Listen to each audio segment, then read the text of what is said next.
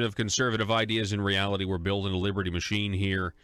So I guess last week we covered the story about how the Attorney General responded to a request for an opinion on whether or not there is a penalty for carrying a concealed handgun without a license. There was a letter written some 6 months ago by Senator Linda Collins Smith asking the Attorney General, Leslie Rutledge, if she could, focus solely on the question in the law, is there a penalty for carrying a weapon without a permit? And the Attorney General responded finally last week. Here with reaction, we have Senator Linda Collins Smith on the line. Linda, welcome back to the program and good morning to you.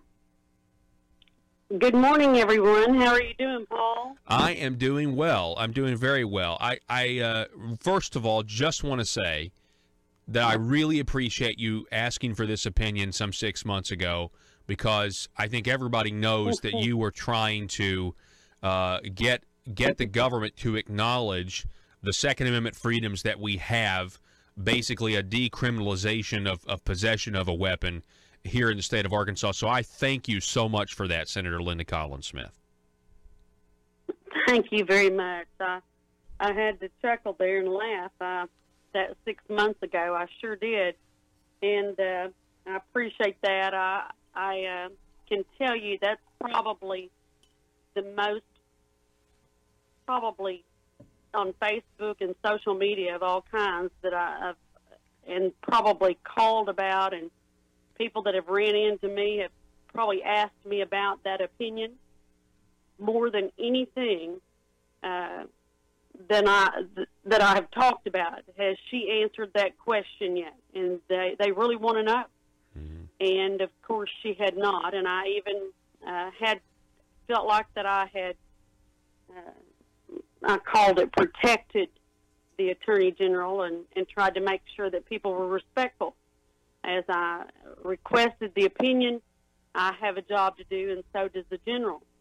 As a legislator, I understand that we get very busy, and I know that she has had a lot of things that she's worked on out of state. Multiple times we, had, the death penalty issues going on and some serious things. So I have worked very hard to make sure that people were respectful, and I really wanted to give benefit of the doubt in whether or not that opinion would come out before the primaries. And of course, it did not. Mm-hmm. And so it was very frustrating and very hard to continue to stand up and have hope that she would go ahead and come out. It was very hard to continue to stand up for that. Let's take the beginning of this. This is the beginning of her opinion, and I'll get you to respond. She writes, mm-hmm. You have requested my opinion as to whether there is a provision of Arkansas law that expressly provides a penalty for carrying a concealed handgun without a license. There is no such provision. Now, Linda, I'd be great if the opinion just ended right there, but it doesn't. That was enough. What's your reaction to that first sentence? Well, after reading that, when I first opened that opinion, and I have to say this, I need the time to say it to everyone that's listening. After reading that opinion, and I saw and read a little farther, I had to shut that computer off. I had to turn it off. I couldn't read the rest of it. I could not believe that was the response that I got. I could believe I might get something else, but not that response. Mm-hmm. I absolutely was, I don't think frustrated, maybe sick, but frustrated might be the answer, but I had to wait a little bit to reread it after waiting that many months to get the response that I got. I couldn't believe she was joining the governor in her confusion in the response. So that being said, the first sentence is, and maybe the second one where it says there is no provision, should have been enough. And that would have answered my question.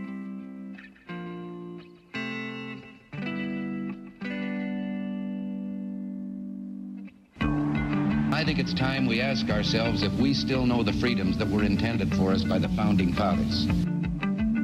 They seem to be in full-scale retreat from spending cuts and are talking about raising people's taxes again. And I have only one thing to say to the tax increasers. Go ahead, make my day. If we lose freedom here, there's no place to escape to. This is the last stand on earth. Those who would trade our freedom for security have embarked on this downward course. Whether we believe in our capacity for self-government or whether we abandon the American Revolution and confess that a little intellectual elite in a far distant capital can plan our lives for us better than we can plan them ourselves. Conduit News Radio with Paul Harrell is on now. Hello, ladies and gentlemen. Welcome. Thank you so much for being with us. The intersection of conservative ideas and reality. We are building a liberty machine here, and we want you to be a part of it. And it's Johnny Cash Friday, too, by the way.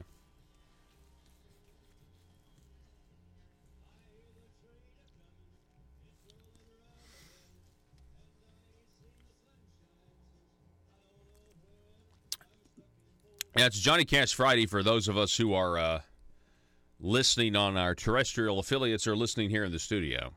It's sadly not Johnny Cash Friday for those listening online. It's out of my hands, folks. Out of my hands. But you can go over to conduitnews.com. I mean, you won't get the visual, but if you really want to hear the music and you want to do it digitally, you can go over to conduitnews.com and you can click the green audio only button and you can enhance the broadcast for yourself this morning. The telephone number, 870-275-9799. Johnny Cash Friday, of course, a day where we listen to as much Johnny Cash music as we can, while at the same time peppering in the news and events of the day and the week. We lost a little bit of, we lost a few stories is what I'm trying to say. You know, things kind of fall through the cracks sometimes. So on the show today, I want to talk about, first of all, the big news is State Representative Mickey Gates. We'll get to that here in just a moment. But then I want to talk a little bit about medical marijuana in the state of Arkansas. There was a huge story that fell through the cracks we didn't get to this week about basically one attorney copying, apparently attorneys from different groups copying each other's homework and their applications to see who's going to grow medical pot.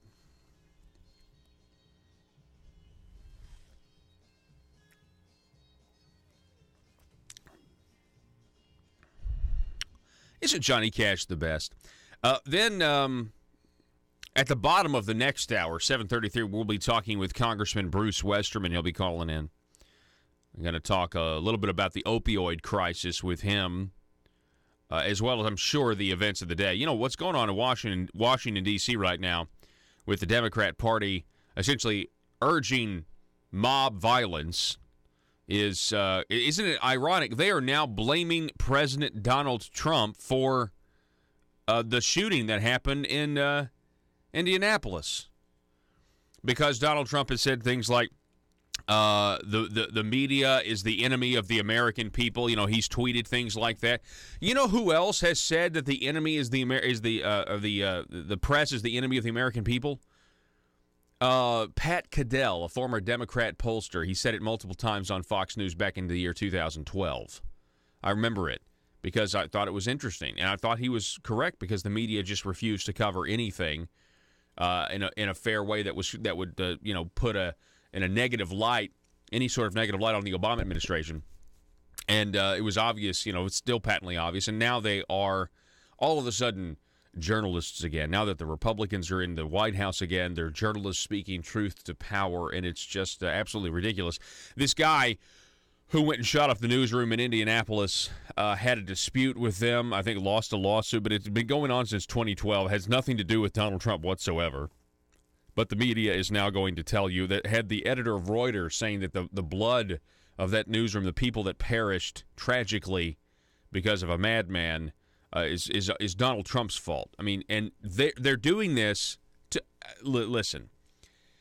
If you think, and I don't think this is conspiratorial at all, Maxine Waters this week has been publicly chastised, humiliated for essentially calling for riots.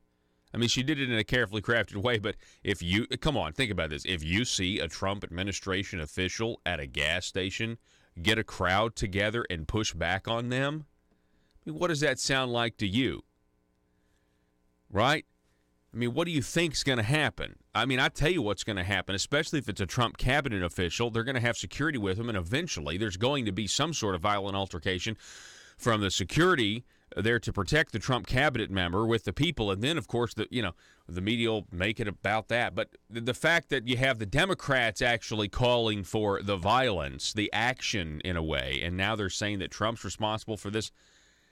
I mean, if you don't think there was a calculated effort after the tragedy to spin this and attack Donald Trump and take advantage to maybe try to correct the fact that even in the mainstream press, it's leaked out that Maxine Waters' comments were inappropriate and making the Democrat Party look like the party they actually are, then I don't know.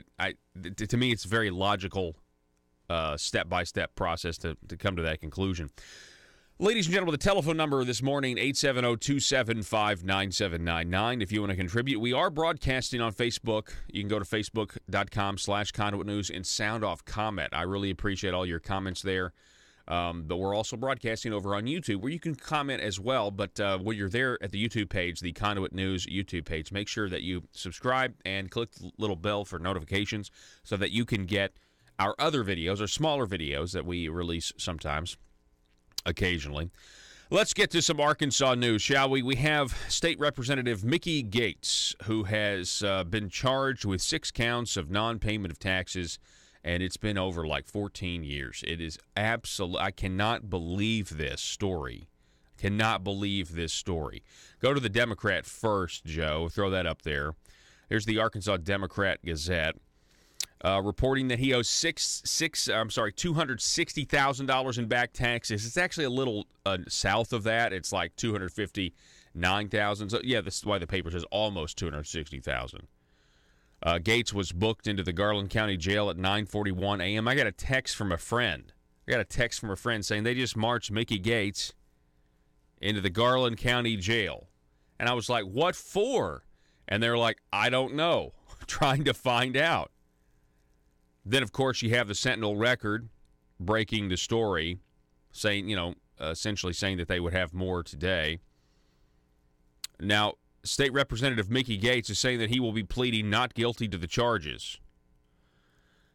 He said that he was shocked at this whole situation because he claims that he has been dealing with the authorities in good faith, making payments on back taxes owed. Now, aside from the fact that I think most of us would have a huge problem with any sitting politician in position of power owing taxes, especially to this degree. I mean, if you make a mistake here or there and then you settle up after a year, or you settle up after an audit or something like that, I think most of us could understand, because this happens to business owners all the time, where you get audited and that sort of thing, and you settle up with everything. But I feel like the fact that you're a sitting state representative, and by the way, I think he's in the middle of he's on his second term. I think this is just not good. If you don't have your affairs in order, I mean, how can you be the one voting and passing on laws for all of us to follow when you're missing the mark here on the tax policy? I think that's a perfectly reasonable position to take.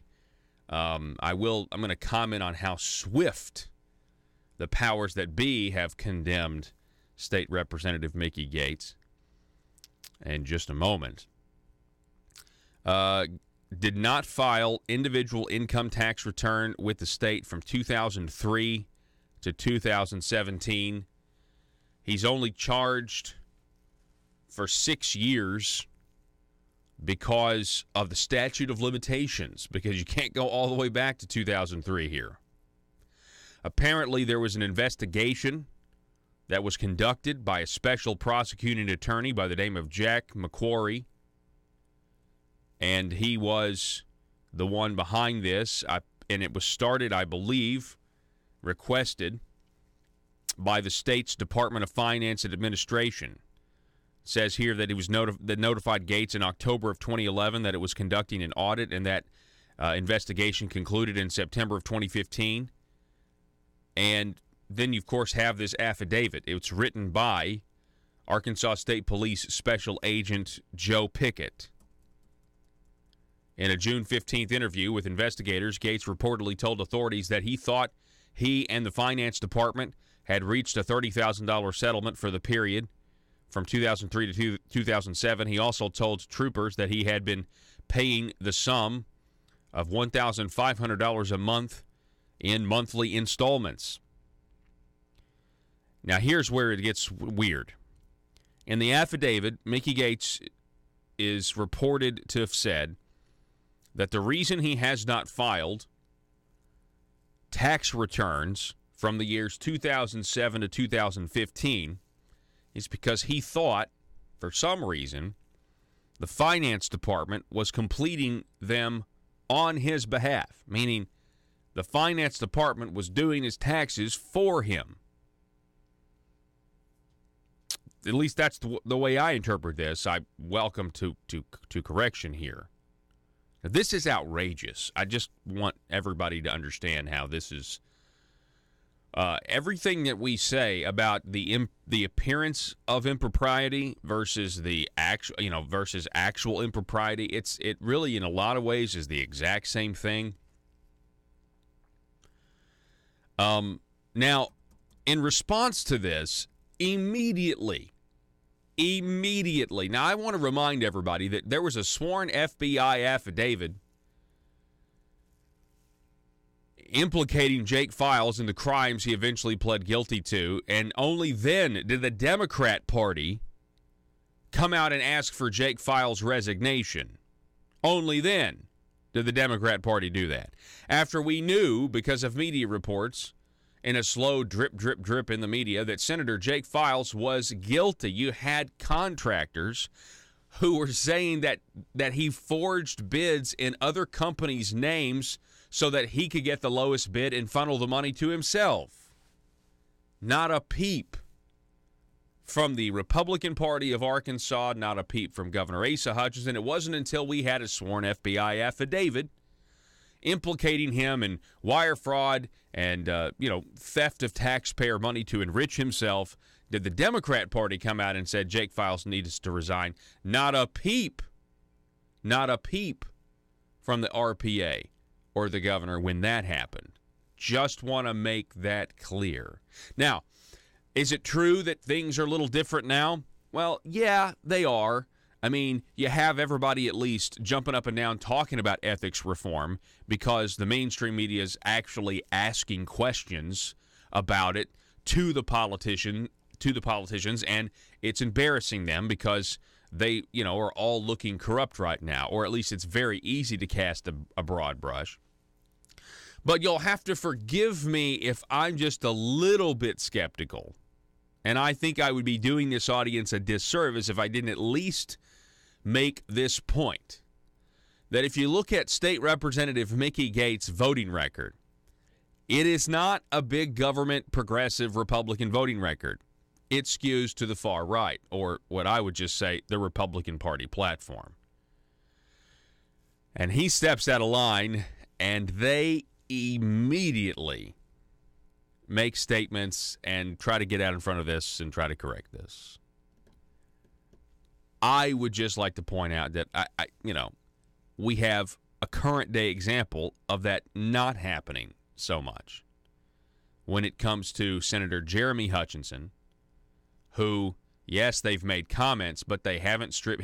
Last I checked, he's still the chairman of the Judiciary Committee. This man's accused in federal court documents of taking $500,000 in bribes to pass legislation for preferred family health care.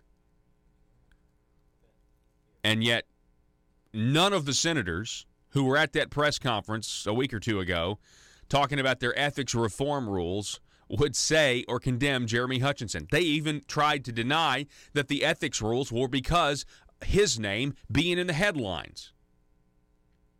And the press essentially was laughing at them for trying to pull one over on everybody, for not being realistic, for not being grounded, for trying to deny the reality of the situation. I just think I must point this out. Because Matthew Shepard, the Speaker of the House, he came out and he condemned this. Now, Matthew Shepard is the brand new Speaker. We really haven't seen what Matthew Shepard's going to do. So, but I would just say a healthy American skepticism. I don't see how any of us would have any information to believe that Matthew Shepard would act any different than Davy Carter, Jeremy Gillum, the previous speakers, in terms of protecting the status quo and protecting the left-leaning policies of the Republicans in leadership at the Marble Palace in Little Rock. I hope I'm wrong. So, House Speaker Matthew Shepard immediately suspended Gates from his committee assignments, his responsibilities, which include chairing the Aging Subcommittee of the House Aging, Children, and Youth, Legislative and Military Affairs Committee. This is obviously a good thing. This is obviously something that should happen. Gates also serves as vice chairman of the Joint Budget Committee's Personnel Subcommittee and is a member of the Joint Budget Committee and Joint Performance Review Committee. Gates' suspension from the duties are effective immediately. He has been in the House since 2015. Gates is running for re-election to a third two-year term. Pretty sure that's not going to work out for him at this point. Then we have Governor Hutchinson. It says here, though, that neither Shepard nor Governor Hutchinson called upon Gates to resign right away, which, if they had, would have been an enormous display of hypocrisy on the governor's part for sure, considering his nephew is accused in federal court documents and statement of fact of taking $500,000 in bribes and disguising it as an attorney's fee. Here's ASA's statement, quote, "I have known Representative Gates for many years, and I trust he will do the right thing to assure the public that his tax responsibilities are handled appropriately or step aside," Hutchinson said in a statement. And, of course, you have Minority Leader State Representative Charles Blake, a Democrat. He has a letter inquiring about the process for the House to consider how you're going to remove a member. So they're saying that, listen, Mickey Gates needs to be out of there right now.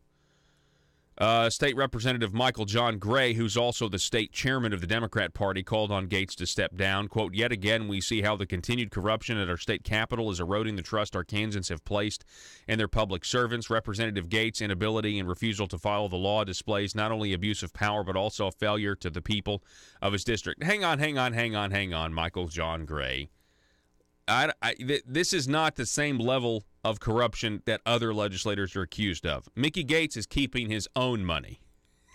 Let's just make that point. What Mickey Gates not paying taxes is egregious. It's unacceptable for anybody to be in public office and have not paid their taxes. We can agree. But there is a slight difference. State Representative Mickey Gates is keeping his own money versus... I mean, come on. Some of these corrupt politicians would love for Mickey Gates to have paid his taxes so that they could have stolen it for themselves and laundered it through law firms. All right, we got to take a break. Back in a minute.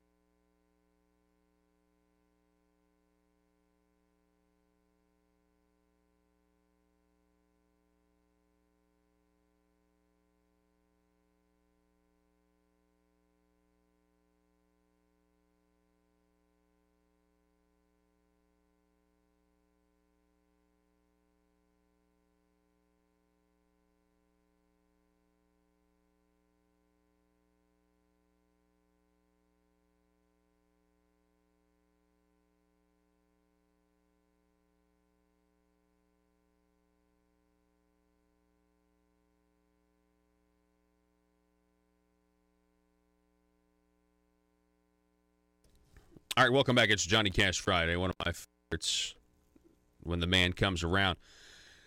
Let's see, we got Glenn. Glenn on Facebook says, let's be honest, if you're having tax problems, it is normally indicative of poor business practices. So while I agree this is not an ethics problem, it definitely is a skills problem. Talking about State Representative Mickey Gates being charged with 6 Class D felonies for failure to pay his taxes. That's just unbelievable. Why would you... This has been going on since 2003, and he didn't run until 2012. Why would you run for office if you were having these types of issues? Like, that's what I don't understand. I mean, you have to know, especially in today's day and age, this is, people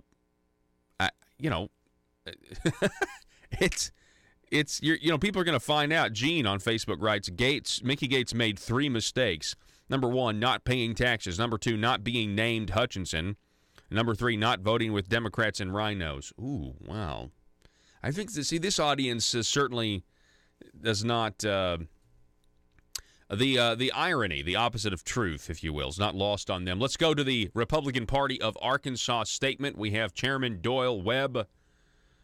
He says, all citizens deserve the right to due process, but when a public servant like Mickey Gates is charged with a serious offense, he should do the right thing to restore strong, ethical, accountable leadership. Now, hang on, he's been charged. And you know what? He's been charged. I wonder if and yet, they're kind of pumping the brakes on him stepping down. I wonder if they're maybe kind of hedging their bets. I mean, what if Jeremy Hutchinson is charged? I mean, I know they've said on the record if he's indicted, he should resign. Doyle Webb goes on, we call on him to relinquish all positions of leadership in the State House until these alleged offenses can be rectified by him or resolved through the legal process. If he is found to have committed these offenses, he should resign his office immediately. That is the statement from Republican Party of Arkansas Chairman Doyle Webb.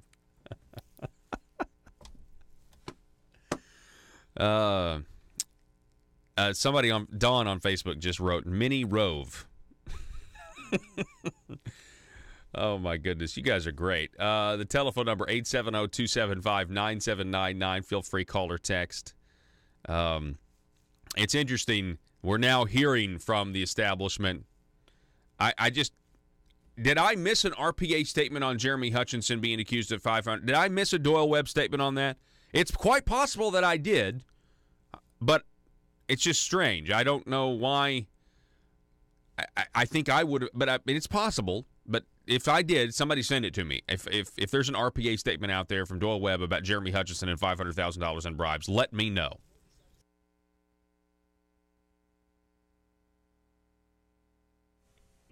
And made it very clear. Her confusion is certainly something I didn't expect. Yeah, because, she goes on to really muddy the water. She says it's not clear whether carrying a concealed handgun without a license will expose a citizen to conviction for the offense of carrying a weapon. She goes on to argue that a prosecutor might say that carrying a concealed handgun without a license may be construed as an attempt to unlawfully employ it against another person. So there is right there. Yeah, and that to me is so contrived. I mean, there's a reason prosecutors across this state won't prosecute anybody that's falsely arrested on this thing, and everybody knows it. But to admit that fact would devastate the Arkansas State Police budget, is what I think she's protecting. Well, that right there is probably. I think that the general might want to. I might want to send this back. Of course, that's probably my plan.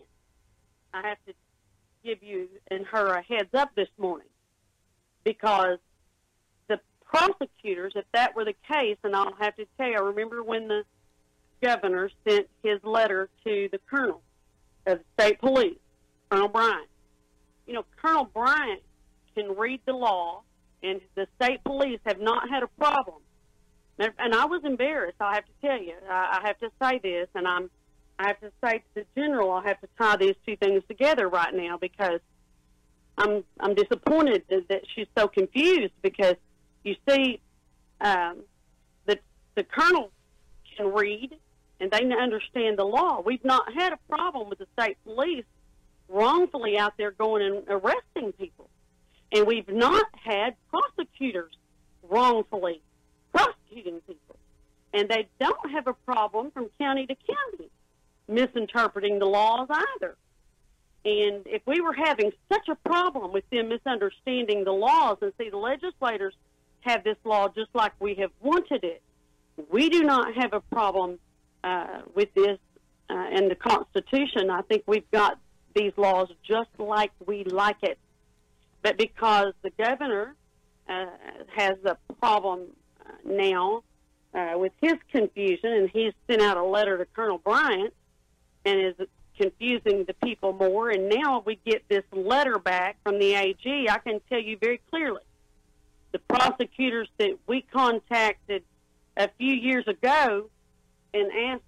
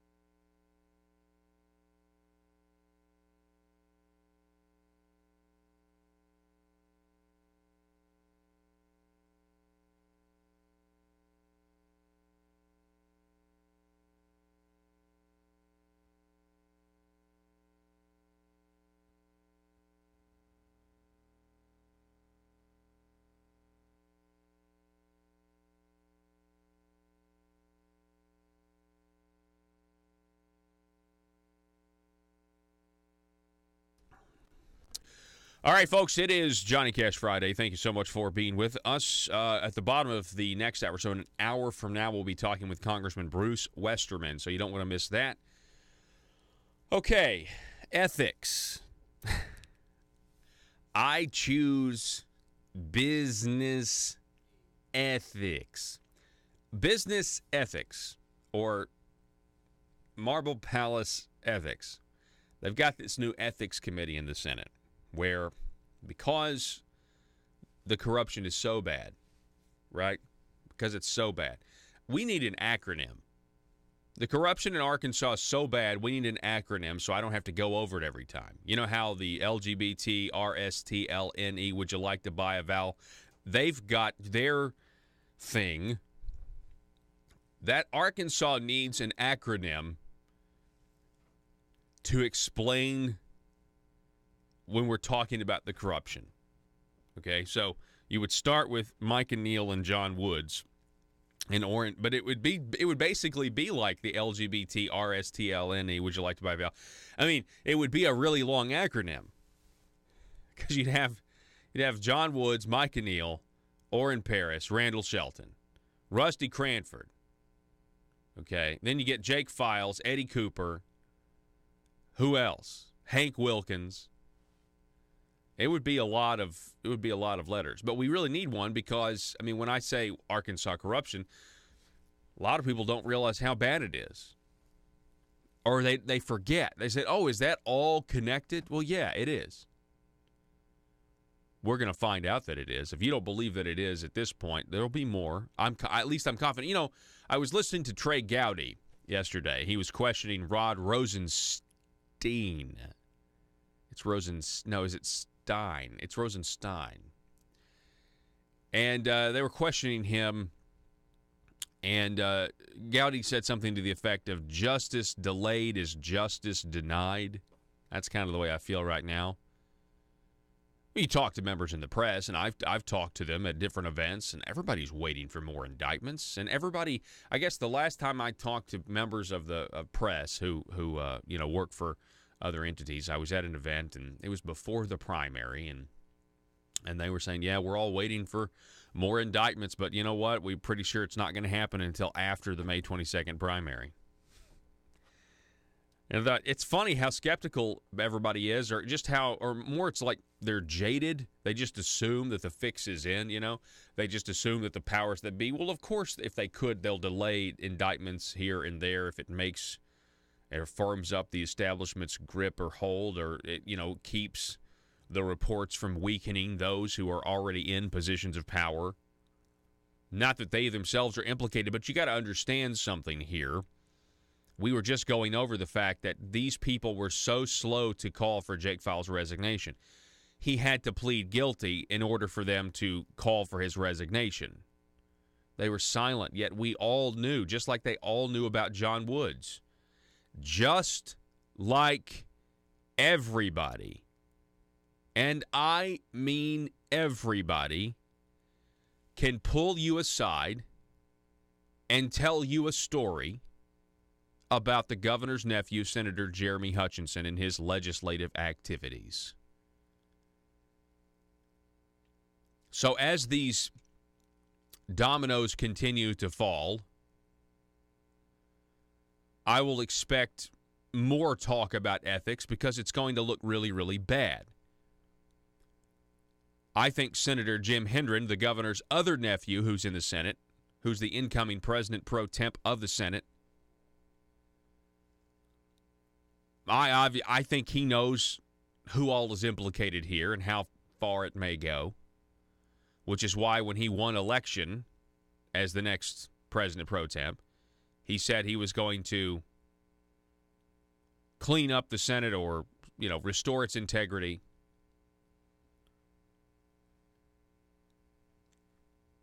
And now we have, headlines a couple weeks ago. They've kind of died down, but that's what spurned the press conference on. That's what created this new ethics committee in the Senate where legislators can now tattle on each other. They could have tattled to the FBI all along, but now if you think a fellow colleague is breaking the Senate rules, the ethics rules, you can go before the committee, you put their name down, the accusee, and you put your name down, the accuser, and then you tell what they've been doing.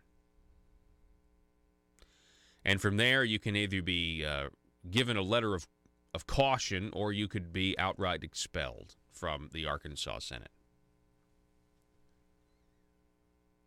I think everybody in the press, as well as across the state, we should really be weary of them making rules up that require them to police themselves because they're basically been policing themselves this entire time. Now, there are good things. You can see David Ferguson's article over at conduitforaction.org. There are good things in these ethics proposals. I'm not, dismissing all of them. But let me give you the latest here. So they now have their committee. They have the people, the members on the committee. Headline from Michael Wickline. Senators in new panel on ethics get to work. Members seek clarity on overhauled rules. So the new chairman of this Senate Ethics Committee is Senator Missy Irvin. She is the chairman. It's an 8-member panel, which is normal. That's how many senators sit on any standing committee. And they approved a work plan to clarify, according to Wickline, and recommend any needed changes to the Code of Ethics, create an effective and reasonable financial disclosure process, reasonable and appropriate disclosure forms, and help create an ethics training course by the end of October. The committee will seek input from senators from Monday to July 23rd. There's a degree of anxiety out there, Missy Irvin said during the Select Committee on Senate Ethics first meeting, specifically on the overhauled ethics rules, meaning for some reason members are anxious. What are the rules going to be? Are they going to have teeth? Now, this is me talking here, but why would they be anxious? Why would there be a degree of anxiety among the members of the Senate? Senator Jason Rapert, a Republican from Conway, who is selected to be on this committee, according to Michael Wickline, said that he is worried the rules could lead to people who work for a living not being able to serve in the Senate. Now, surely he doesn't mean attorneys, because Jason Rapert is not one. The article goes on, there is a big difference between part-time citizen lawmakers and full-time lawmakers, he said, and nobody wants full-time state lawmakers in Arkansas. Stop right there. So why would he say that in those terms? Essentially what he's saying is as a part-time legislator, we don't make enough money to do anything, even though they, in 2014 they passed a law to, double their pay. We don't really do anything,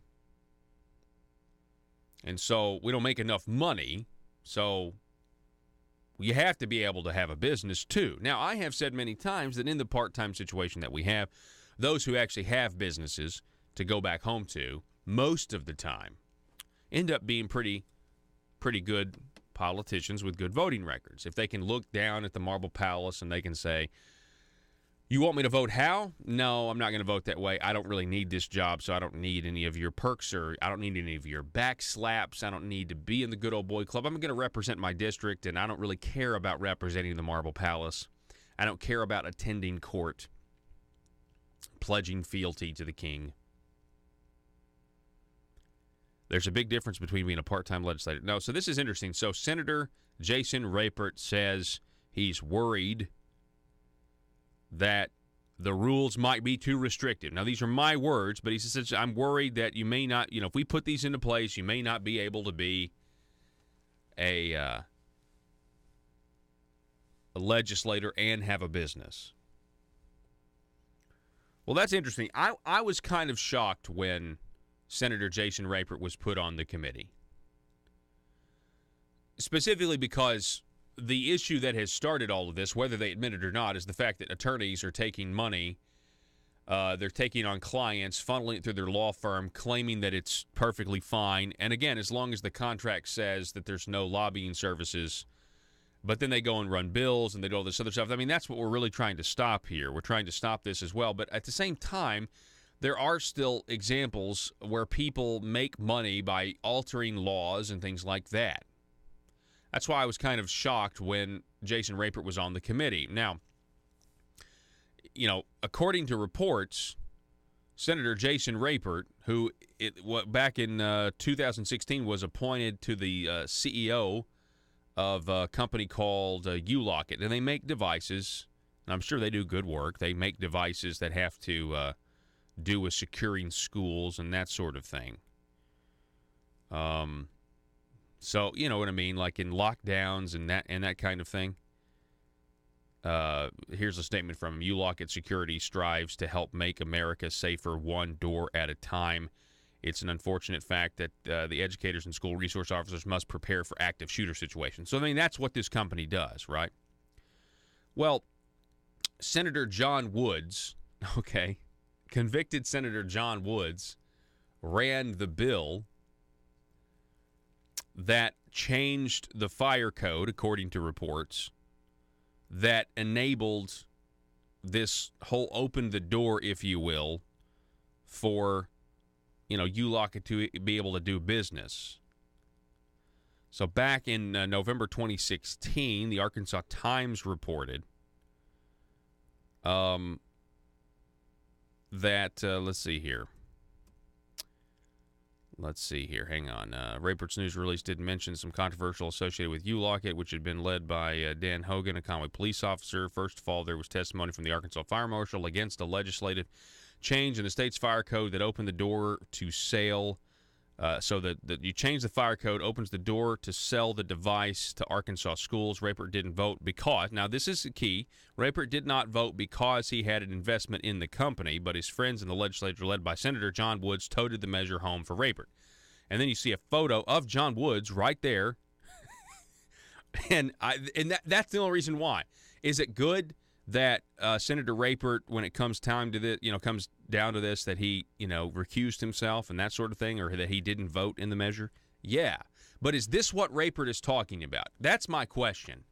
When Senator Rapert says, I'm worried that some of these rules we're going to be put in are going to make it hard to do business, would this now be a reason for submitting a complaint? Yes, he didn't vote on the measure, Senator Rapert, but Senator John Woods runs a bill that changes the fire code that enables Senator Rapert, CEO of ULOCIT, to be able to sell to Arkansas schools. Now, do you think that is okay? Do you think that's perfectly reasonable to do? Well, it depends on whether or not you believe that being a senator, simply being a senator, whether you vote on something or not, gives you power and influence that is maybe not really policeable. In some ways, it can't be quantified. Yes, you can quantify a vote, but you can't really quantify these relationships. What we're talking about is human connectivity and relationships and the friendships that you make, and how everybody wants to be liked, or at least most people want to be liked, and they want to get along, and they want to help each other out, and they scratch my back. Vote trading has been going on for a long time. Hey, I'm going to vote for this guy's bill even though I know it's going to fail, but I want him to do me a favor later. All of this kind of stuff happens. So my question is, and I think it's a fair one, given the fact that we have Senator Rapert's company, ULOCIT, and everything that happened there, I just think he did not vote for the bill. That is totally, obviously, that's the right choice to make there ethics-wise. But are we going to say that we think more stuff like this should continue or happen when there is a direct benefit? I think most people would have a problem with it. In terms of just, it's a hard thing, Let's we have politicians that run for office. I would love for people to say, you know what, I'm gonna run for office, and I don't want to carve out any sort of financial niche for myself. But then again, we'll see what these ethics rules, we'll see what actually happens with them. But is Senator Rapert, is he worried that the ethics rules might make it hard for a legislator to be a legislator and make a living elsewhere? Is the ULOCIT situation what he's referring to? Is my question.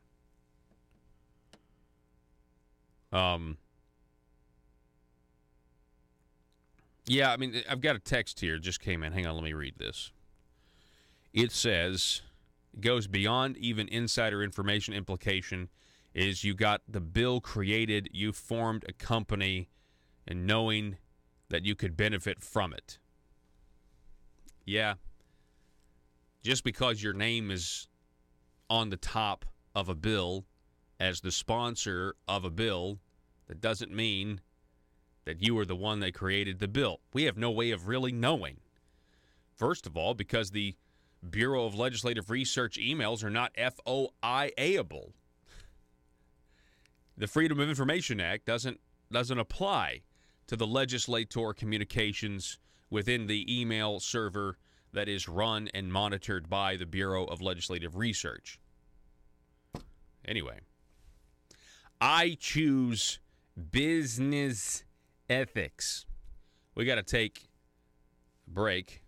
870-275-9799. It is Johnny Cash Friday. We'll be back in just a moment.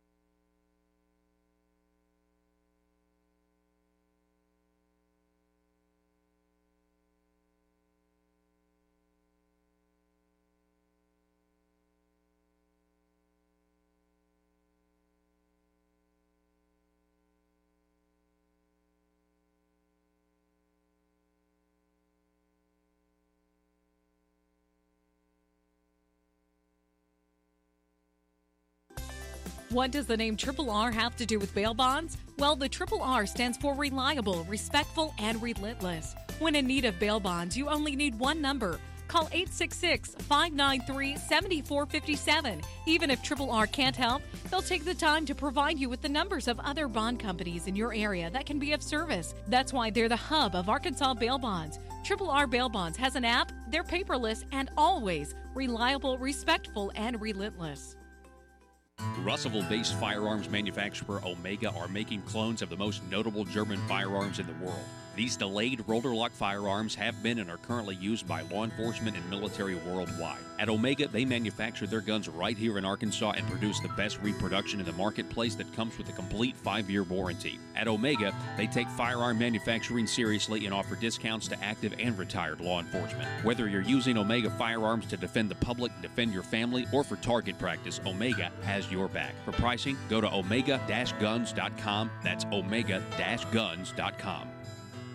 If you're like me, you believe that small business is the heart of Arkansas's economic engine, and it should be viewed that way by the politicians in Little Rock. Conduit for Commerce also believes, like you and I believe, policies that achieve less regulation and lower taxation help small business in Arkansas thrive. Other policies like small, constitutionally consistent government and reducing citizen dependency on government keeps it from growing and expanding its influence on our daily lives. Conduit for Commerce works every day to educate the general public and legislators on these important priorities in the name of Arkansas small business. By the way, contributions to Conduit for Commerce are tax deductible. Log on now to conduitforcommerce.org and click on Contact Us on the right side of the page. That's conduitforcommerce.org. Go there now and learn the facts on protecting small business in Arkansas.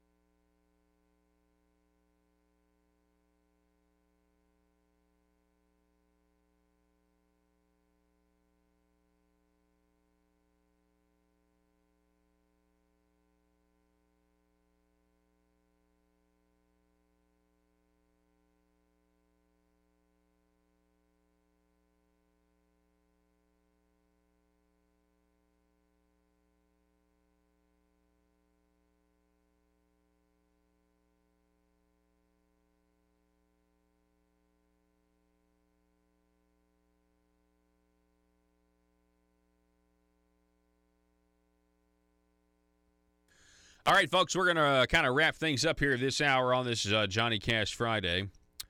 This is a good one, though. When we come back, I'm going to talk a little bit about medical marijuana. You're not going to believe this story. You have people, and again, I hate that all roads lead to John Woods, but this has to do with John Woods' attorney.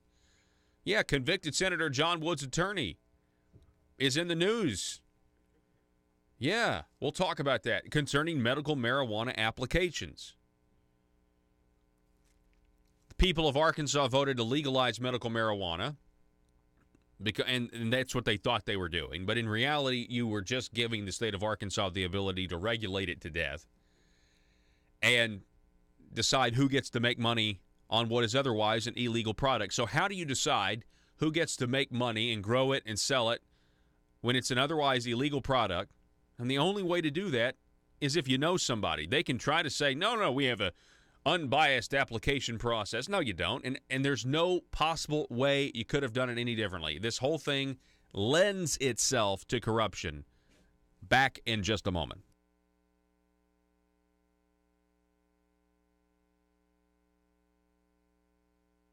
The news and talk of Northeast Arkansas. This is News Talk, 101.3 FM and 12:30 AM KBTM, Jonesboro, an EAB radio station. Has a problem now with his confusion, and he's sent out a letter to Colonel Bryant and is confusing the people more. And now we get this letter back from the AG. I can tell you very clearly, the prosecutors that we contacted a few years ago and asked the prosecutors, would they arrest people, it was very clear. I can tell you what my prosecutor said. We were around during the time this law changed. We know the intent of the laws, and it'd basically be foolish if they did that, and they can read it. Yeah. So why is our AG having a problem? I don't know, and that brings me to my next conclusion. A couple of times in this letter, she says that that legislative clarification is certainly warranted, and that's very scary to me because she is essentially giving the legislature a softball, and to try to step up and try to correct something that doesn't need correcting. It just needs people to admit what the law is, and that's what's frustrating because... Wait, Paul. Go ahead. I have to correct you there. She's the Attorney General. She's not a legislator. She's not a lawmaker. And we are the lawmakers. And so since she has put a personal opinion there, and that's not a legal opinion, that's not the law. And that is not I think that should have been left out of her legal opinion, and that it was very clear the first parts of that letter was the answer to the question. If there was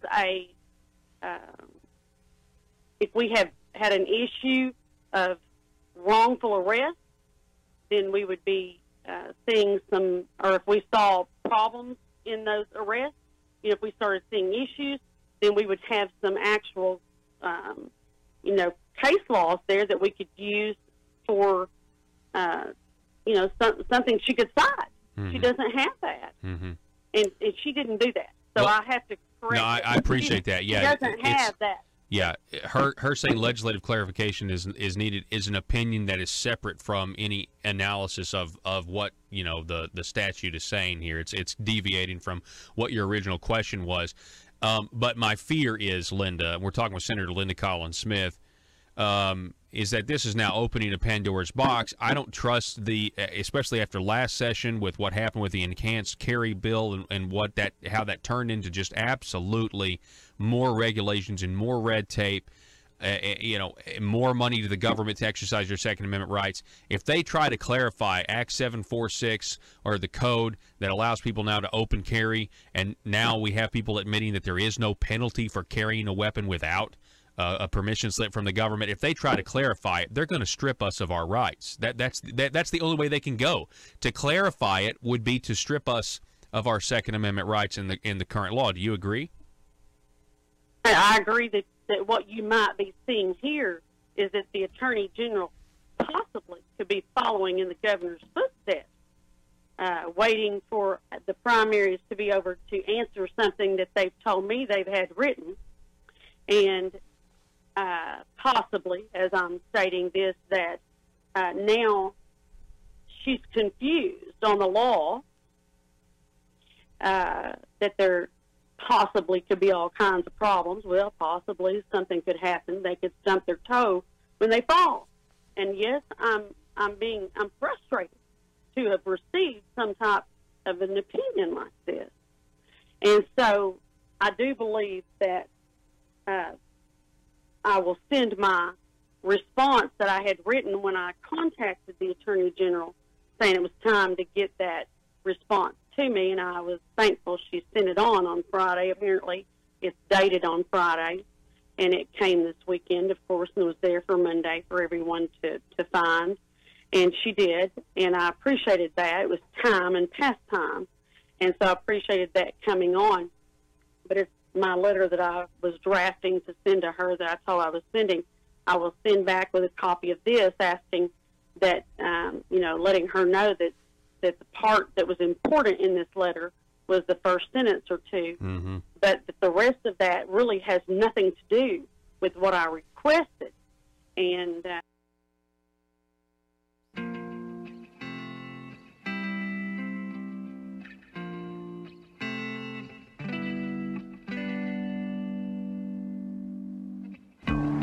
I think it's time we ask ourselves if we still know the freedoms that were intended for us by the Founding Fathers.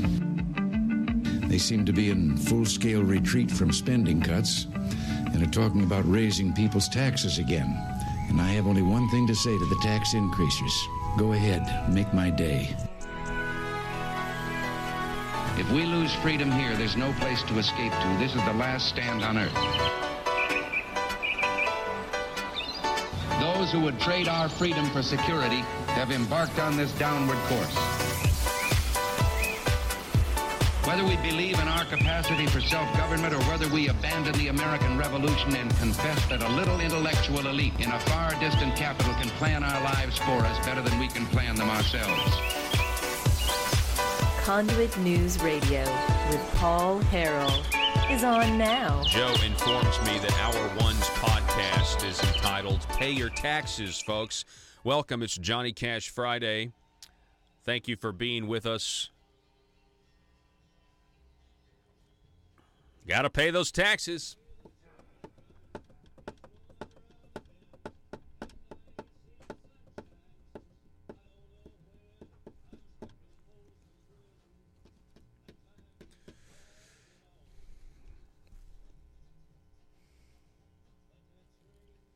Johnny Cash Friday, a day where we try to listen to as much Johnny Cash music as we possibly can, while at the same time peppering in the news and events of the day. Just letting our online audience know the Johnny Cash experience is for our terrestrial radio listeners only. But if you want to get that digitally, just go to conduitnews.com and click on the green audio only button, and you can listen to the program. Yeah, is it on the podcasts? Okay, it's also on the podcasts, so that's good. That's good. All right, I want to talk about medical marijuana. We're past medical marijuana. I didn't know we started smoking it yet. They're closing the limited. Whatever they sell, I don't know. Again, anybody that wants to collaborate or invest in a State Representative Dan Douglas reality TV show, get a hold of me. I think we can get him to sign. He seems like the kind of guy that would make a deal. I mean, even though we have fun at his expense, we have fun at a lot of politicians' expense on this program. But he is the one that I actually, even though I disagree with his policy, and I can't believe he won his primary. I can't believe it after, championing all those tax increases. I think it would make next January, 2019, you can make a lot of money on a reality TV series with State Representative Dan Douglas. Okay, all right. So let's talk medical marijuana. There was a huge story that came out earlier in the week, back on the 27th, and we missed it. Hunter Field in the Northwest Arkansas, at least this is the website, we've got the Northwest Arkansas Democrat-Gazette, writing that parts of the application to get your medical marijuana license, one firm was awarded their pot license, and they had identical wording from another group's material that got like 46 out of the 92 applications. And the Arkansas Democrat-Gazette did some really good work here because they got to the Microsoft Word document. They went into the Word document. They found out who edited it. They tracked it down to who actually wrote the thing in the first place. It was a marijuana consulting firm out of Colorado. And they talked to the lady there who said, well, I didn't know who I was writing it for. But so essentially what we have here is another example that this whole process is about who you know, not about what was in the content of the application. And I have said for months now that if you come up with the $14,000 or $15,000 or whatever that application fee was, if you come up with that money, obviously your application's going to be good.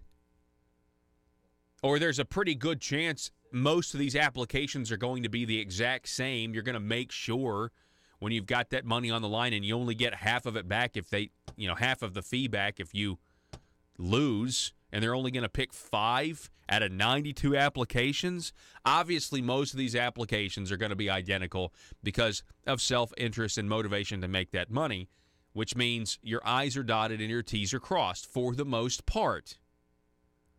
When it comes to making money and having the government pick winners and losers, I have a lot of faith in the incentive model that is being created there. I think most of these applications are going to be exactly the same. And so if most of the applications, logically, you can follow the progression. If most of the applications are the same, then logically the only way you decide who the 5 winners are is who you know. And that's why we have on record, thanks to the Supreme Court releasing the letter that from the AG, that there was a bribe offered to one of these medical marijuana officials, one of these board members. There's another angle here in a minute that I want to pursue, and it has to do with getting your liquor license. And because I'm scatterbrained, I'm making a note about liquor. Let's get into the meat of this, though.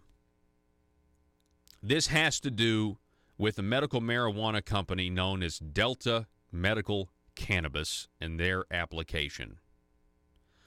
The Gazette reports, Hunter Field reports, that Delta Medical Cannabis Company's successful cultivation license application had the same wording verbatim in some cases and slightly tweaked in others as the language used in 46th ranked Courageous Ann's application.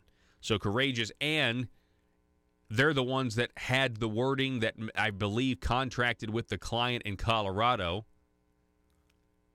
And somehow Delta Mechanical, it appears, copied their homework. And they're the winners. That's what it appears like.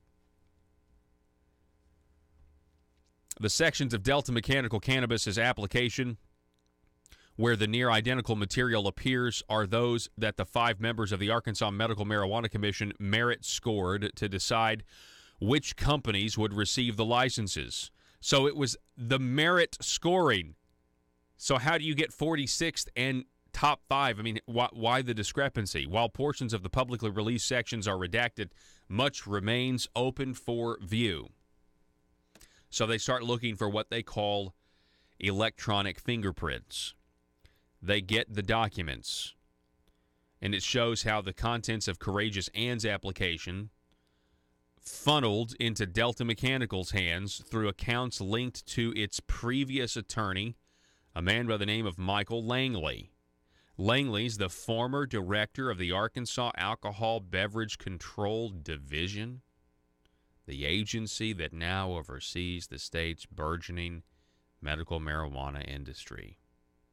Michael Langley. All right, now let's talk about liquor before we pick back up with this. So here's the thing.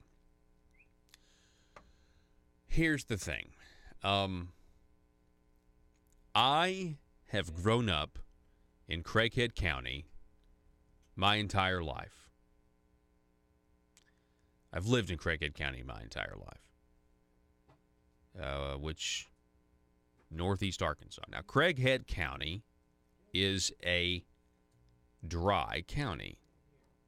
It's been said to be the wettest dry county in the state. There are other counties that can make that claim, obviously. So, I guess there's always been private clubs. You know, they get around the dry county. They're able to sell liquor, beer, and wine by the glass at restaurants if they get a private club permit. And now they're basically giving them away like candy. But there was a time when it was difficult to get one of these things. And I talked to many people, and it was actually kind of well known that if you wanted to get a liquor license in the dry county of Craighead County, there was one guy who knew how to write the application the right way, is how it would be described. That he knew how to write, or she knew how to write the application in such a way that the Alcohol Beverage and Control Board would approve the license. And that's why this is so interesting to me, because yes, it would be said that for a fee, this man would use his talents and write it in such a way because of his affiliation with, you get the picture. You get the picture. For a small fee, you basically can guarantee that you are going to get. There used to be a time where they would deny you a permit. I don't know if you guys remember this, but if you're in a dry county, they would deny permits all the time. It used to, when I was growing up, when I was in high school, it was a big deal if there was a new restaurant that opened up that had a private club status. Huge deal. Now it happens every day. I mean, it happens all the time. Nobody cares because things have changed. I just think that context is applicable here when we're talking about people applying for medical marijuana licenses, and the fact that Delta Mechanical appears to have taken language copied from somebody else, and they're the ones that get the contract, or I'm sorry, they get chosen by the government to make money. They get chosen to be the profitable company. That's why I wanted to talk about the Alcohol Beverage Control Division. It's not like this Alcohol Beverage Control Division is above, scrutiny in the past. So this guy, Michael Langley, who's mentioned here, whose name was on the electronic fingerprints of the Delta Mechanical's internal documents, who used to work as the director of the Arkansas Alcoholic Beverage Control Division, now works as an attorney for the Arkansas Contractors Licensing Board, said he had no comment about the newspaper's finding when reached by phone. Delta Medical Cannabis officials and attorneys didn't respond to emailed questions and comment requests, according to the Gazette. An attorney for the company said Tuesday that she was not able to contact her client. The other company, though, Courageous Ann's current attorney, Patrick Benka, declined to comment. Now, Patrick Benka is the attorney for John Woods, or was the attorney for convicted Senator John Woods. The similarities between Courageous Anne's application and Delta Medical Cannabis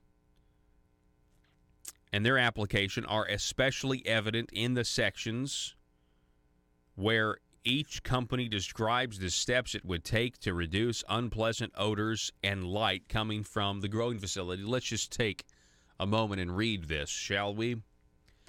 Courageous Anne will use multi-stage air treatment to prevent odors, smells, fragrances, and other olfactory stimuli from negatively affecting citizens and neighboring properties, reads Courageous Anne's application, which the commission provided to the Democrat Gazette. Quote, light pollution harms ecosystems, prevents citizens from enjoy... Oh, I bet State Representative Stephen Meeks is a fan of this article.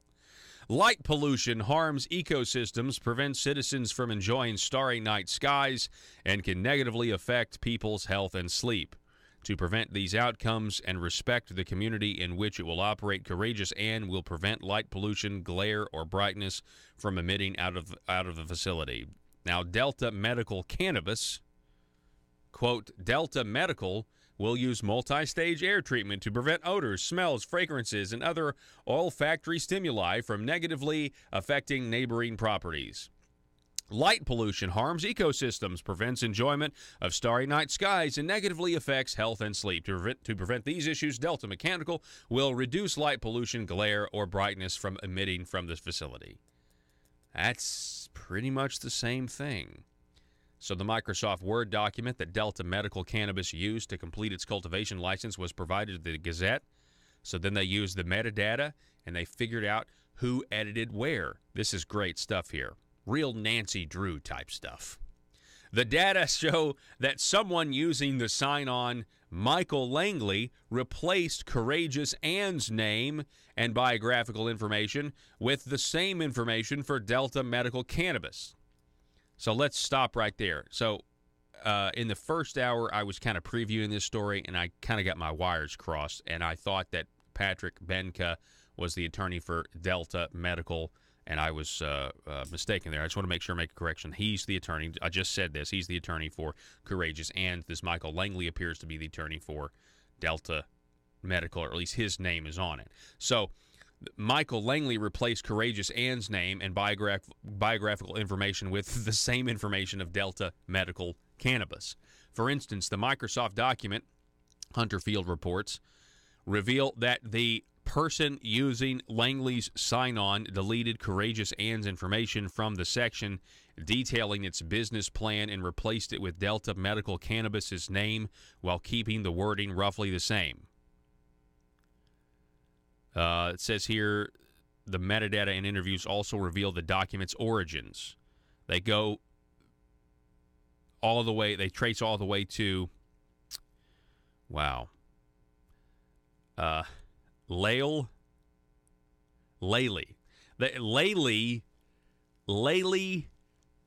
McFatridge. They trace to a woman by the name of what? What? How else would you say that? M.C. McFatridge. Laley McFatridge. M.C.F.A.T.R.I.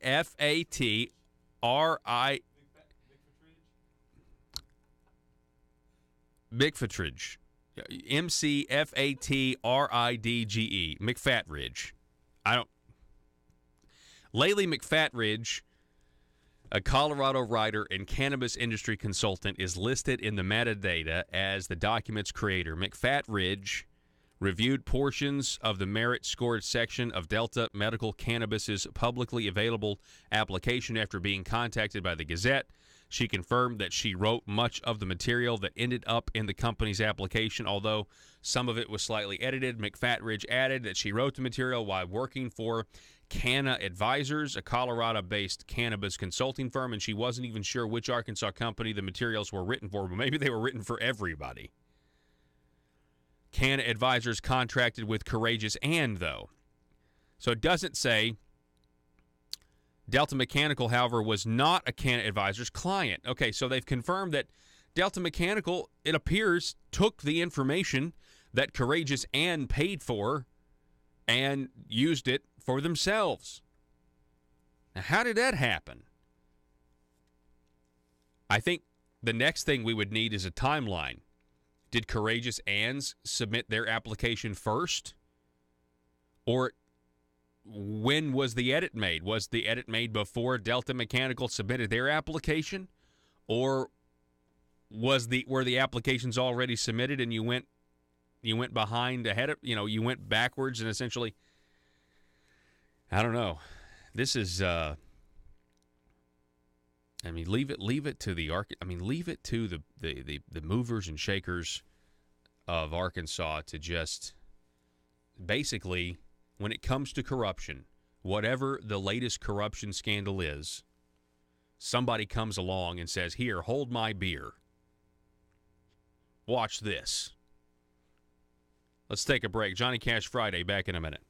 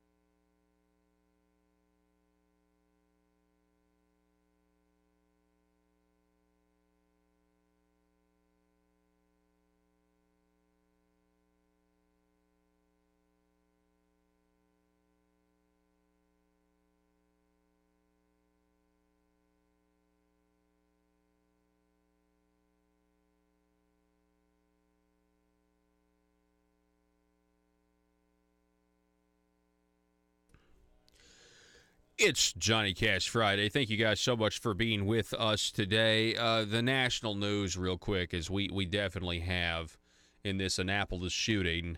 The left is doing the typical thing, but they are now trying to blame Trump, President Trump, because many times he's criticized the media, even calling them the enemy of the people. I pointed out in the first hour that he's not the first person that called the media the enemy of the American people. Former Democrat pollster Pat Cadell did the same thing in 2012 during the Mitt Romney-Obama race after the Benghazi debacle, because the media was so protectionist of Barack Obama's legacy, they refused to report the truth of what happened in Benghazi. And that's when Pat Cadell said the mainstream media is the enemy of the American people. And that's the truth. They cloak themselves in objectivity to not only deceive you, but to attempt to control you. And in many ways, you can make the argument that opinion-based journalism, when you're honest with somebody about it, is the new objectivity. So I am an opinion-based journalist in that I am a limited government conservative that believes in a certain philosophy, and I'm honest with you about it, and I tell you that's what I believe. So I'm not trying to say, no, I'm just being objective here. No, I'm not. I believe in, that government is best that governs least. Back in a minute.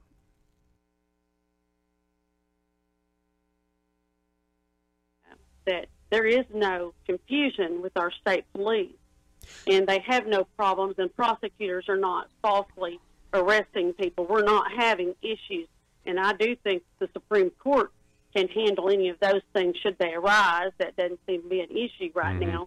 And if she has some other issues, then I think she can contact us. Yeah, it's almost as if, the way this is written, it's some sort of Washington, D.C. speak. And I almost think that maybe this might have actually come from the governor's office instead of the AG's office, because the law is clear that you are not guilty of possession of a gun or possession of a weapon unlawfully unless they can prove that you are going to employ it unlawfully against another person.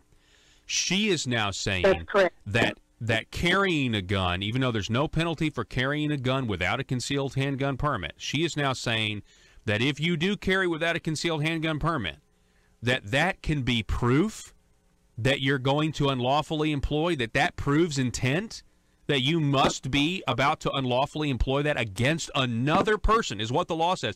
That is legal gymnastics. That doesn't make any sense. And matter of fact, it means that there's now a conflict between what one part of the law says and what the other part of the law says.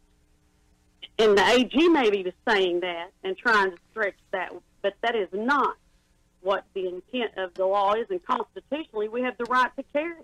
Yes. And she can't change that in anything she writes in that opinion, because that makes that opinion not worth anything, because constitutionally we know we have that right. Mm-hmm. And we have the inalienable right, and we know that. What are they scared of? Senator Linda Collins-Smith, are they scared? Do you think they're scared of letting us, of revealing what our rights are? Well, I don't know what she may be afraid of, or what the governor may be afraid of, and what all of their confusion is. But the people of Arkansas that are law-abiding citizens want the right, and are going to make sure that they have their rights. The thing that we have to do is make sure that we let people know what their rights are. But you know what is so disappointing?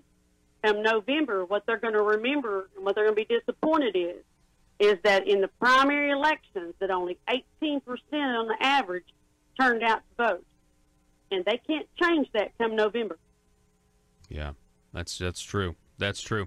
Senator Linda Collins-Smith, I appreciate you coming on the program and shedding light on this. Thank you for writing this letter, and I look forward to what your response will be to this opinion that you got a response to. I appreciate it. Thank you so much, ma'am. I'll go through this some more, and we'll take care of it, and we'll have another visit. Thank you, All Paul. right. Thank you. Senator Linda Collins.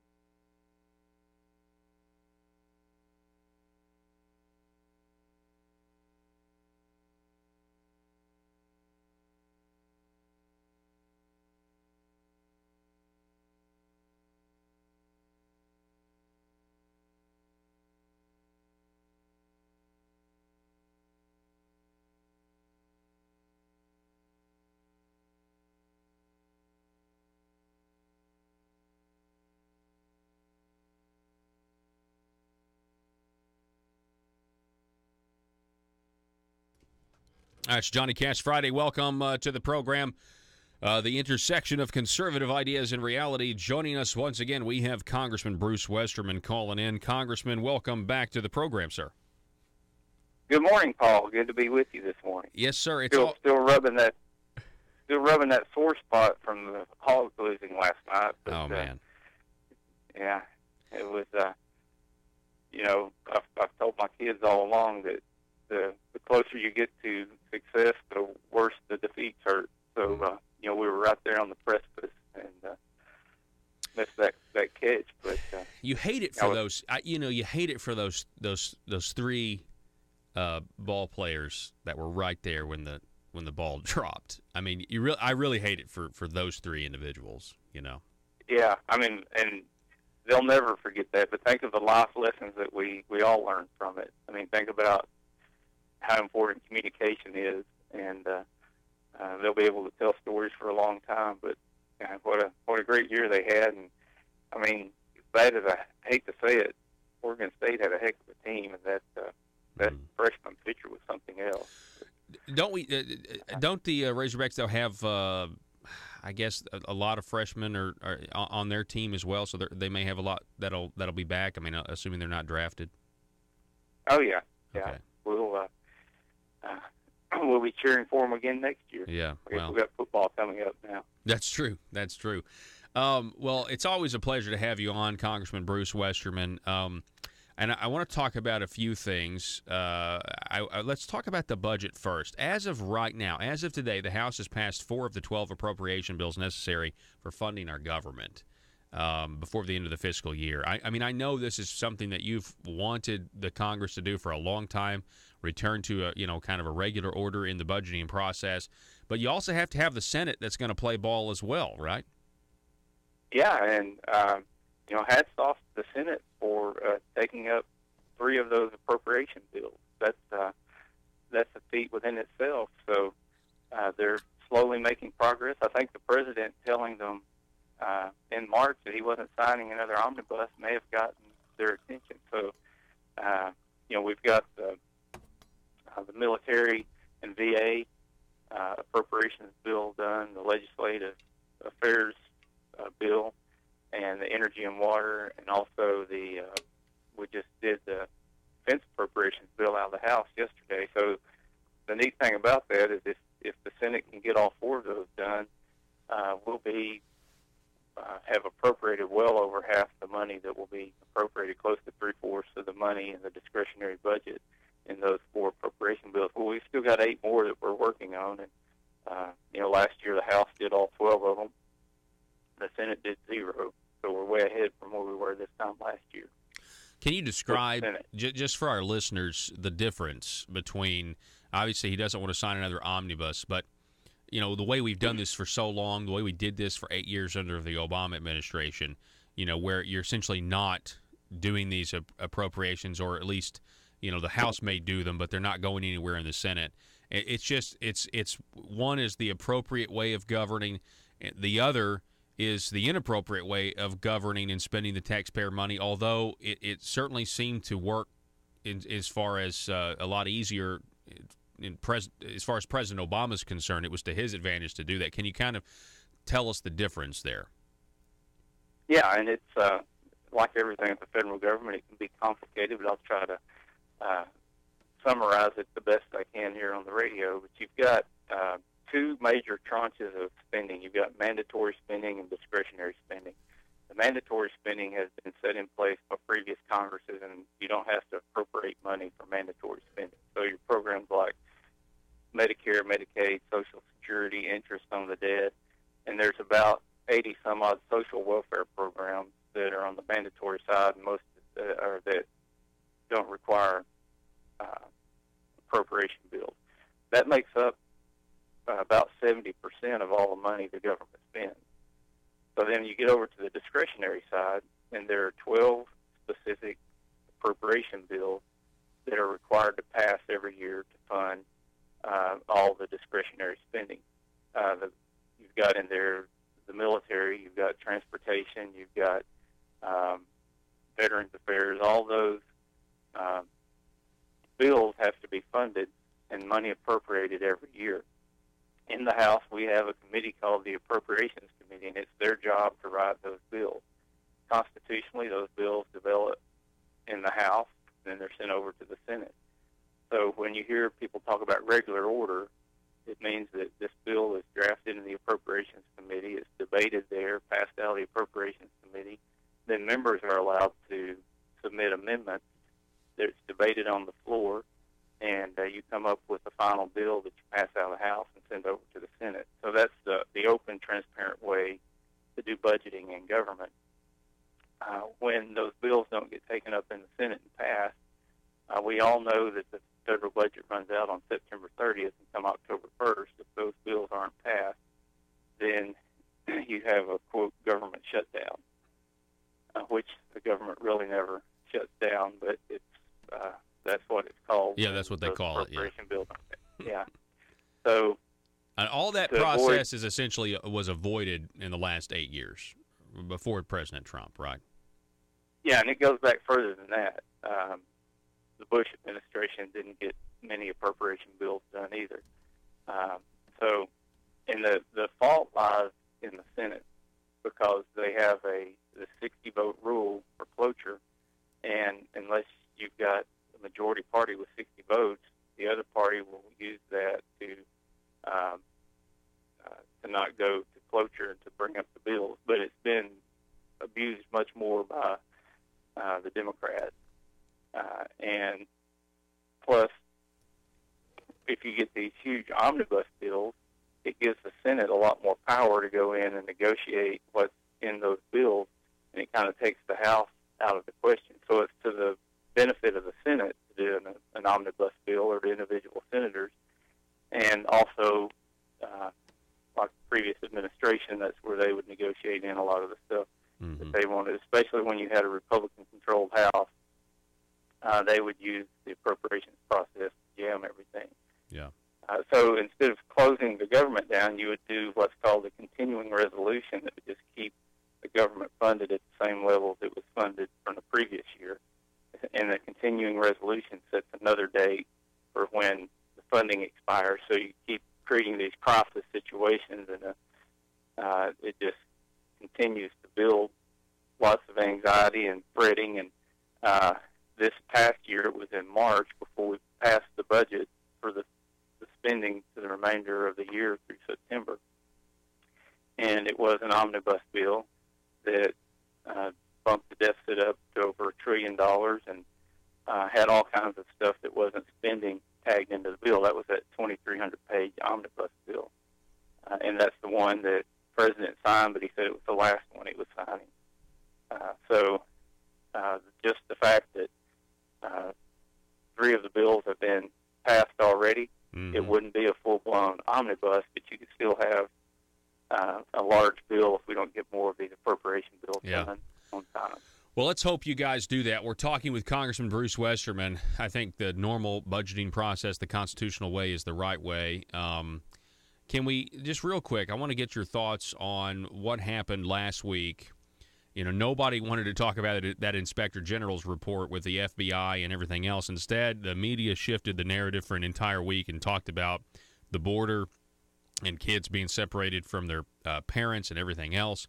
Then there was talk about housing some of these illegal aliens in Arkansas, and we've had people come out. There's been, politicians and stuff, people in power coming out against that. I'm just curious, what are your thoughts on that whole situation? And Bruce Westerman, would you support housing, illegal immigrants here in the state of Arkansas?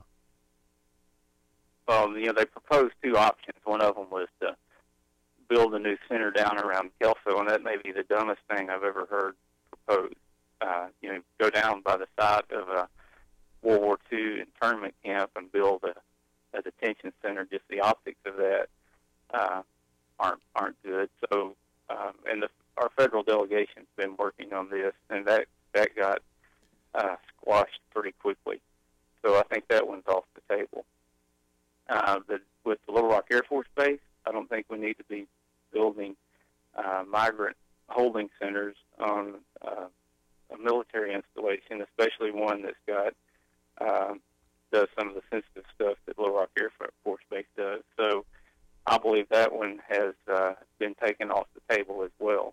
Good. A lot in part by the pretty much unanimous work from our federal delegation with agencies in the federal government. So there's been a lot of stuff going on behind the scenes to take those things off the table. And, it's still the federal government, and something could happen that we're not expecting. But my belief is that we're not going to see either one of those things happen in Arkansas. Good. Those holding centers need to be closer to the border. And there's already a lot of facilities out there. There were holding centers that were there during the Obama administration. A lot of the same stuff that was highlighted in the news last week had been going on for a long time, but they just decided to make a huge deal out of it last week. Yeah, and again, I mean, it's just hard for me not to think that the media did this so, nobody was going to be reading what was actually in that Inspector General's report with the FBI, and that's the way I see it. As somebody that follows the news, it was a clear shift, and like you said, a policy that's been going on for a very long time under the Obama administration, and even before that, is now all of a sudden made this huge issue, and it's just it was amazing to see how how they have control over what the left thinks on social media and everything else, and it just turned into this huge deal that was not what it really isn't a huge deal. So, and if you remember a couple of years ago, Paul, here in Hot Springs where I live, there was a Job Corps center that they closed down, and we were working with the Arkansas National Guard on expanding their troubled youth program onto that facility. And all of a sudden, HHS, under the Obama administration, comes in and tells us they want to make that an unaccompanied minor detention facility to take these kids. And when we say kids, these were probably more like 14 to 17-year-old teenagers. Right. That they were wanting to bring and house there. And we had we did a lot of work on that to get it stopped. I never heard the uproar from the left on that, and that was definitely during the Obama administration. Yeah. So can we talk just a little bit about? I got a bill in front of me about opioid epidemic. I'm over at your website, westerman.house.gov, and you have an article here about this opioid epidemic, tackling the opioid epidemic. What can you tell us about that, Bruce? Well, we've passed a lot of bills in the House. This is a problem that the more you look into it, the more of an issue you realize it is, and I'm sure a lot of your listeners, if not all of them, have a family member or a friend or know of someone that had real problems with opioid addiction. This all goes back to border security as one of the main things. We've cracked down on the prescription opioids, which has put pressure on the drug dealers, since they're not able to get as many over the counter, not over the counter, but prescription opioids. We're seeing a lot more of them cross the southern border. There's a synthetic opioid. I think I've talked about this on your show before, Paul. It's called fentanyl. Mm-hmm. And 2 to 3 milligrams of fentanyl is a lethal dose. This year, the Border Patrol, in this fiscal year, since October 1st, they've seized over 984 pounds of fentanyl. That's enough fentanyl to provide a lethal dose for over half of the U.S. population. That's what they seized coming across the southern border. So it is a major problem. It's one of the main reasons to do border security. We've got to do something to keep these drug cartels from just having an open pipeline into our society, and we've also got to do something to disrupt the market for the distribution of opioids and fentanyl on this side of the border. And we've passed, I believe, 17 different bills in the House to address this. something that we really need to get a handle on. I hear it from employers more often than not that one of the main hindrances from them being able to hire people is they can't pass a drug test. We've got a tight labor market right now, and I have employers all the time tell me that drug testing weeds out most of the applicants that they get for a job. What about building the wall, Congressman, or securing the border? I mean, obviously that's got to help, deter it would help. All this fentanyl coming across the border. Yeah, it would help tremendously. And I was down in Nogales, and there's sewage lines that cross the border. They ship dope across in sewage lines. They dig tunnels and put small gauge rail inside the tunnels. I mean, these are massive operations that they do getting these drugs across the border, and that's even in a place where you have a wall. But then you go out in the desert, and literally 100 miles at a time, you have basically unimpeded access across the border. Now you've got to cross the desert when you get there, but believe me, for the money that's involved in this illegal drug trafficking, they figure out how to get it across the desert. Wow. Congressman Bruce Westerman, I appreciate you being on as always. I hope you have a great weekend and a great 4th of July, great Independence Day, and I really appreciate all the work that you're doing, sir. Yep. Happy Independence Day, and have a good one, Paul. All righty. Congressman Bruce Westerman, everybody. Got to go to break. It's Johnny Cash Friday. Back in just a moment.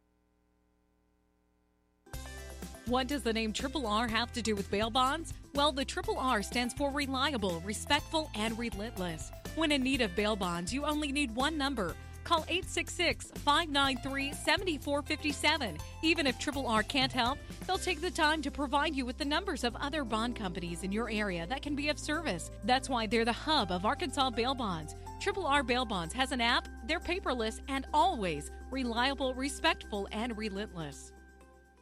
Russellville-based firearms manufacturer Omega are making clones of the most notable German firearms in the world. These delayed rotor-lock firearms have been and are currently used by law enforcement and military worldwide. At Omega, they manufacture their guns right here in Arkansas and produce the best reproduction in the marketplace that comes with a complete 5-year warranty. At Omega, they take firearm manufacturing seriously and offer discounts to active and retired law enforcement. Whether you're using Omega firearms to defend the public, defend your family, or for target practice, Omega has your back. For pricing, go to omega-guns.com. That's omega-guns.com.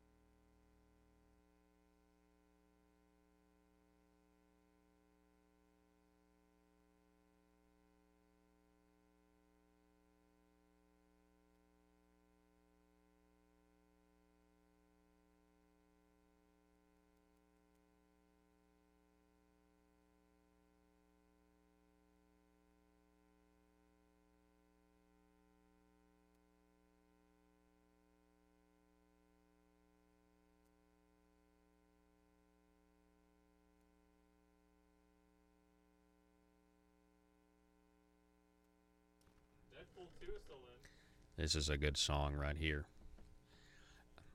I'm pressed for time. Welcome back to the program. I want to read you this article real quick, or this announcement. All of you people out there who homeschool your children, you need to know that the Family Council has your back, okay? Jerry Cox of the Family Council is putting out an email saying that the Arkansas law has not changed, okay? If you intend to homeschool during the coming school year, you must give notice to your local school superintendent by August 15th. Some people have incorrectly assumed they no longer need to turn in a notice of intent to homeschool. To be clear, every Arkansas homeschool family must register by August 15th. There is confusion over an email this week from our friends at the Homeschool Legal Defense Association, a national homeschool advocacy organization based in Virginia. The email correctly stated that Arkansas homeschoolers can make their own notice of intent form or use a form provided by them or anyone else, rather, putting their information on the notice of intent to homeschool. But it doesn't mean that you don't have to still fill out a notice of intent, okay? So August 15th, homeschoolers, if you want to homeschool this year, you have till August 15th. To declare that. So nothing has changed in that regard. We want to make sure that we let all of our parents out there know that because of the confusion. And again, that's from Family Council because they are looking out for you. Let's go to the phones. With Arkansas Term Limits, arkansastermlimits.org, we have Mr. Tim Jacob on the line with us. Tim, how's it going, sir?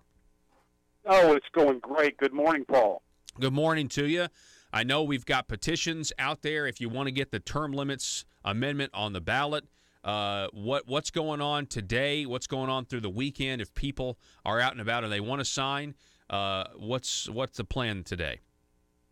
Well, we're going to get petitions. We're going to email petitions out to anybody who wants them. So please go to our website and download the petition, arkansastermlimits.org.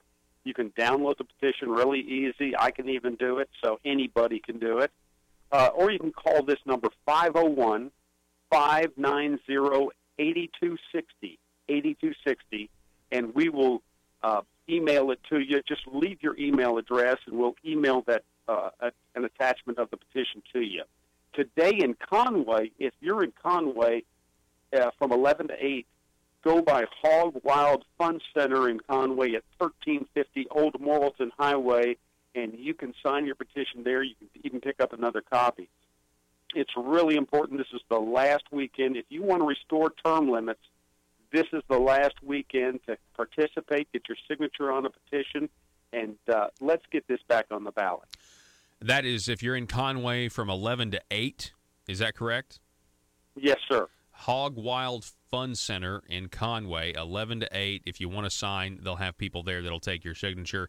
And again, if you just want a petition emailed to you, if you check your email every day, let's say you don't want to mess with going to the website, but you can, arkansastermlimits.org, but call 501-590-8260. That's 501-590-8260, and they will get you a petition via email for you to fill out your friends, family. Maybe you want to go to your church members and things like that at your work and tell them, hey, we need to get this term limits ballot or term limits amendment on the ballot.